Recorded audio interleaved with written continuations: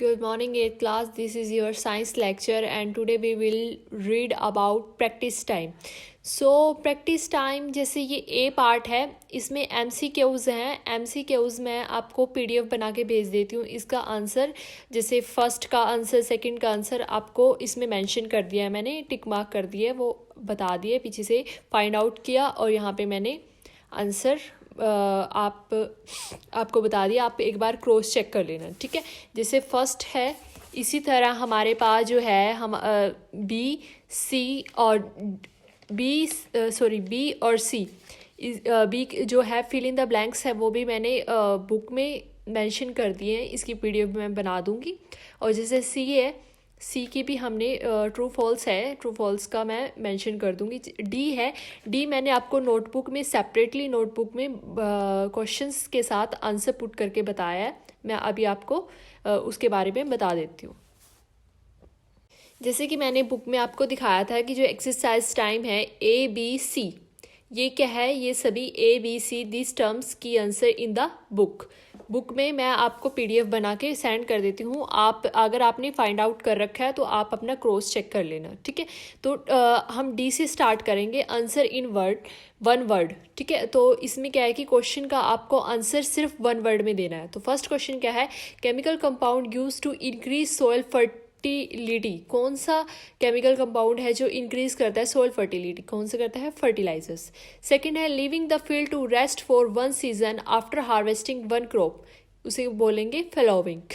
Third है raising crop by providing organic manure by applying biological control, वो होगा organic farming, ठीक है. फोर्थ क्वेश्चन है over flooding of field causing accumulation of water for long, ये हो जाएगा वाटर लॉगिंग.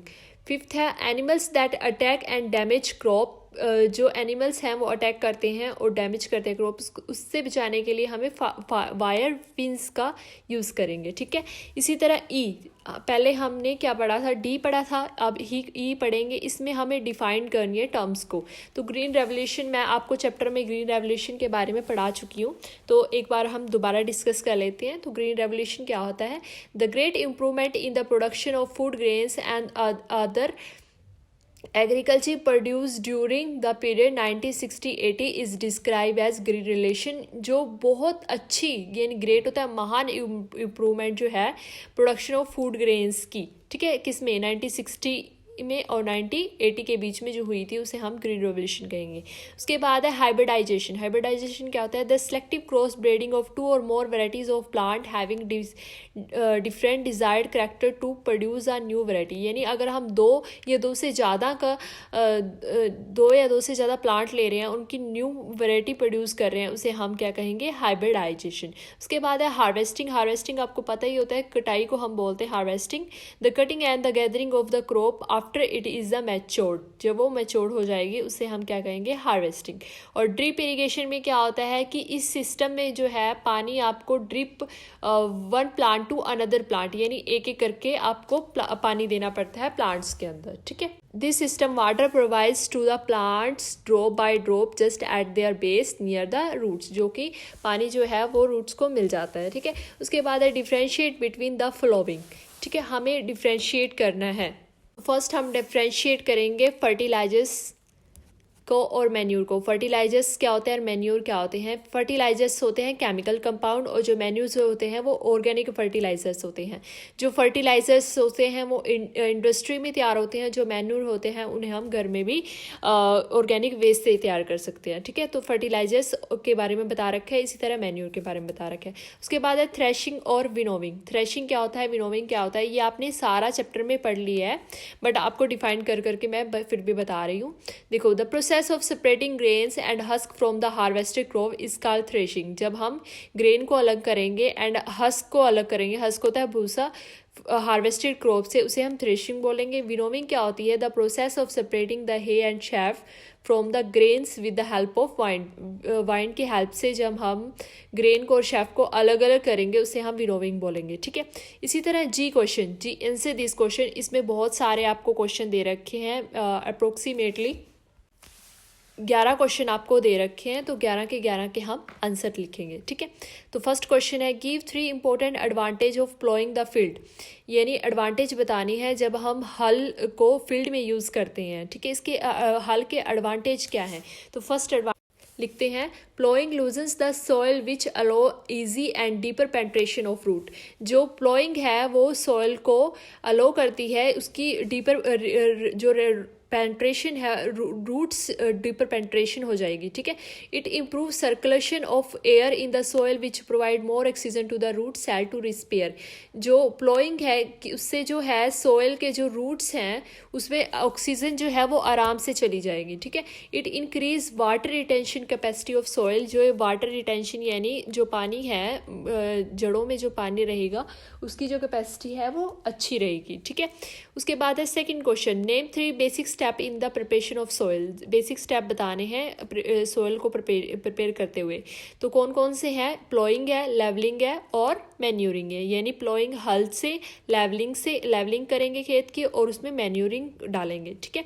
थर्ड क्वेश्चन क्या है summarise the benefit of using seed drill for sowing seed. ये बेनिफिट बताने हैं सीड ड्रिल के बीज बोते हुए। The benefit of using seed drills are seed are sown uniformly at proper distance. जो बीज हैं वो प्रॉपर डिस्टेंस पे लग जाते हैं। Seeds are sown and proper depth in the furrow only proper depth में लग जाते हैं।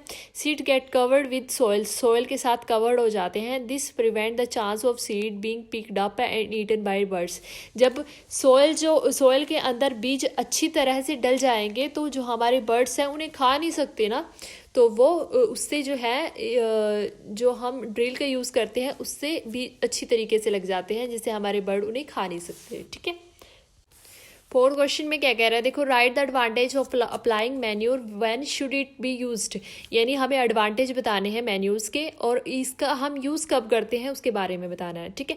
तो फर्स्ट क्या हम एडवांटेज बताएंगे, दूसरा इसमें बताएंगे कि कब इसका हम यूज़ करते हैं, ठीक है। तो फर्स्ट देखो it restore the soil texture, यह है सॉइल टेक्सचर को रिस्टोर करेगा। The improves water holding capacities of soil, यह वाटर होल्डिंग कैपेसिटी सॉइल की अच्छी रखेगा। It make soil porous and airy, जो यह सॉइल के जो पोर्स हैं उनको एरी बनाएगा, ठीक है। It replenish soil with all the nutrients, यानी उसमें ऑल द न्यूट्रिएंट्स आराम से आ जाएंगे, ठीक है। उसके बाद इसका यूज़ कब करते हैं, जो प्लांट है absorb mineral nutrients from soil. जो प्लांट्स है वो कहाँ से मिनरल्स लेते हैं, सॉइल से। तो growing crops repeatedly in the same field make the soil nutrients unless the depthly nutrients are replenished, ठीक है, replenished so manure is added in the soil. पता है क्या है, जब हम बार बार जो है हम क्रॉप की प्रोडक्शन करते हैं तो उससे जो हमारी मिट्टी ख़राब होती चली जाती है, ठीक है। तो मैन्यूर का यूज़ हम तब करेंगे जब हमें पता होगा कि इसमें न्यूट्रिएंट्स की कमी है, ये देखने में ये थोड़ी डल सी लग रही है, तो इसमें हम मैन्यूर का यूज़ करते हैं, ठीक है। इस पूरे पैराग्राफ में आपको ये बताया गया है, ठीक है। फिफ्थ क्वेश्चन देखो discuss the important of mix cropping. तो इम्पोर्टेंट्स बतानी है मिक्स क्रॉपिंग की are under continuous production it enhance the productivity of the farmland, it increase the per capita profitability, यानी जो है जो किसान को इससे प्रॉफिट मिलता है, ये प्रोडक्टिविटी को इन्हेंस करता है फार्मलैंड की। और ये जो है अंडर कंटिन्यूस प्रोडक्शन, इसमें मतलब ज़्यादा खर्च भी नहीं आता, ठीक है। सिक्स क्वेश्चन में क्या आता है, what do you mean by crop rotation, why should it be recommended to the farmer. Crop rotation क्या होती है, हमारी एक ही फील्ड के अंदर दो या दो से ज़्यादा हम फसल्स को उगाते हैं, उन्हें हम क्रॉप रोटेशन बोलेंगे, ठीक है। तो क्रॉप रोटेशन का मीन देखो क्या होता है कि crop rotation is the practice of planting different crops sequentially on the same plot of land to improve soil health. हम सॉइल की हेल्थ को इम्प्रूव करने के लिए एक ही फील्ड के अंदर दो या दो से ज़्यादा क्या क्रॉप लगाएंगे, उसे हम क्या बोलेंगे, मिक्स क्रॉप, ठीक है, ठीक है। It should be recommended for farmer because it increase the productivity of the farm, ये इंक्रीज करेगा प्रोडक्टिविटी ऑफ द फार्म की। इसी तरह सेवन्थ क्वेश्चन देखते हैं, name the old method of irrigation used in India. कुछ ओल्ड मेथड बताने हैं सिंचाई करने के जो इंडिया में यूज़ किए जाते थे। तो वाटर फ्रॉम द वॉल्स से निकालते थे, पहले कुओं से पानी निकालते थे, लेक से निकालते थे, रिवर से, lifted up and delivered to the irrigation canal और is pumped into the field using a variety of method such as moat, chain pump, धालकी और राहत एक्सेट्रा। ये मेथड आपको बताए गए हैं, ठीक है।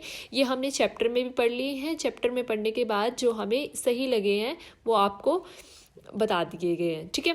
उसके बाद है why is a drip irrigation the best method of the watering plant. ये क्वेश्चन जो है हमने लास्ट में भी पढ़ा था, क्योंकि ड्रिप इरिगेशन जो है उसमें हम स्टेप बाय स्टेप हर एक पेड़ पौधे को अलग से पानी देते हैं, तो उससे जैसे हमारी पानी की वेस्टेज नहीं होती, लेकिन दूसरे मेथड इसमें हमारी पानी की वेस्टेज होती है, तो इसलिए ये मेथड जो है वो बेस्ट होता है। देखो क्या कह रहे हैं कि in this method water provide to the plants drop by drop just at their base, that is the near the roots. The water is not wasted at all and the plants get regular water supply. So drip irrigation method is the best method. जो मैंने आपको reason बताया वो same reason मैंने इसमें लिख दिया, ठीक है। नेक्स्ट है discuss the necessity of weeding, how is it done. Weeding के बारे में भी मैंने आपको लास्ट में बताया था, चेक पॉइंट क्वेश्चंस में भी वीडिंग के बारे में पूछा गया था। अब दोबारा बताते हैं कि अब इसकी नेसेसिटी क्यों पड़ती है, हाउ इज़ इट डन, हम कैसे इसको कर सकते हैं।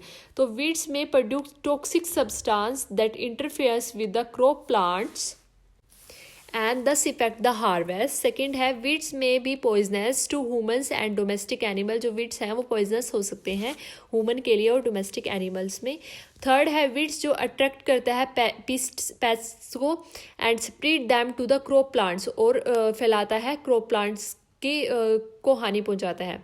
It is done by 3 method. तो ये कितने मेथडों से डन हो सकता है, 3 मेथड से। फर्स्ट है मैकेनिकल मेथड, सेकंड है केमिकल मेथड और थर्ड है बायोलॉजिकल मेथड, ठीक है। इसी तरह है 10th क्वेश्चन और 11th क्वेश्चन। 10th क्वेश्चन देखो क्या कह रहा है कि how was green revolution achieved, name the scientist who started green revolution. सबसे पहले हम ग्रीन रेवोल्यूशन के बारे में बताएंगे कि होता क्या है।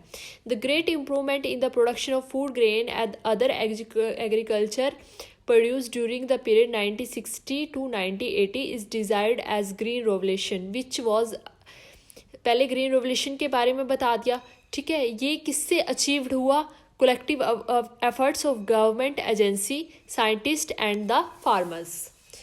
किससे अचीव हुआ, बट ग्रीन रेवोल्यूशन अचीव्ड के बारे में पूछा था ना, तो क्या ग्रीन रेवोल्यूशन किससे अचीव्ड हुआ, जो हमारे गवर्नमेंट के एफर्ट्स हैं, गवर्नमेंट एजेंसी के एफर्ट्स हैं, साइंटिस्ट से और एंड फार्मर्स से, ठीक है। उसके बाद उसने पूछे नेम द साइंटिस्ट वो स्टार्टेड ग्रीन रेवोल्यूशन। इसमें साइंटिस्ट एक ही बताया है, वो है professor MS Swaminathan, started green revolution in India, ठीक है। ये आपका आंसर है। नेक्स्ट क्वेश्चन है write a note of different type of fertilisers and manure.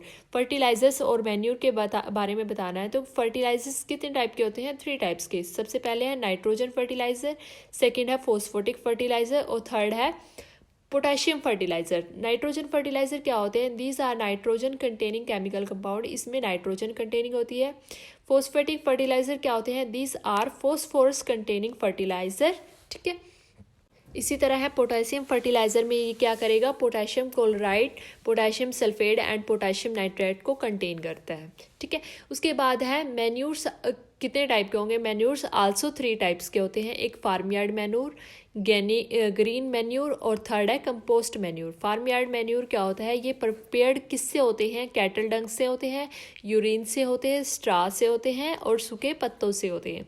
Green manure क्या होता है, it is formed by ploughing green plants and burying them under the soil, ठीक है। कंपोस्ट मैन्यूर क्या होते हैं, it is prepared by the decomposition of vegetable refuse, farm litter, kitchen waste, sugar cane etcetera. तो ये 3 types आपके दे रखे हैं, farm yard manure, green manure और कंपोस्ट मैन्यूर। ये सभी आपको जैसे मैं अभी सेंड करूँगी, जैसे नोट्स मैंने आपको बना के मैं PDF भेज रही हूँ, ऐसे सेम नोटबुक में होने चाहिए, ठीक है। एक्सरसाइज A B C वो आपको बुक में ही करनी है, लेकिन D से जहाँ से वन वर्ड वाले क्वेश्चन है ना, वन वर्ड वाले क्वेश्चन से आपको नोट्स में बनाना स्टार्ट कर देना है। वन वर्ड वाला क्वेश्चन भी चाहे आपकी विश रहेगी, चाहे आप बुक में कर सकते हो, चाहे आप नोटबुक में कर सकते हो, बट जो एक्सरसाइज के आगे से क्वेश्चन है डिफरेंशिएट टर्म्स से, वो आप नोटबुक में करोगे। तो यहाँ से आपका चैप्टर फर्स्ट क्रॉप प्रोडक्शन जो है वो कंप्लीट होता है। Okay, thank you very much. Next time हम नेक्स्ट लेक्चर करेंगे, नेक्स्ट लेक्चर में नेक्स्ट चैप्टर पढ़ेंगे।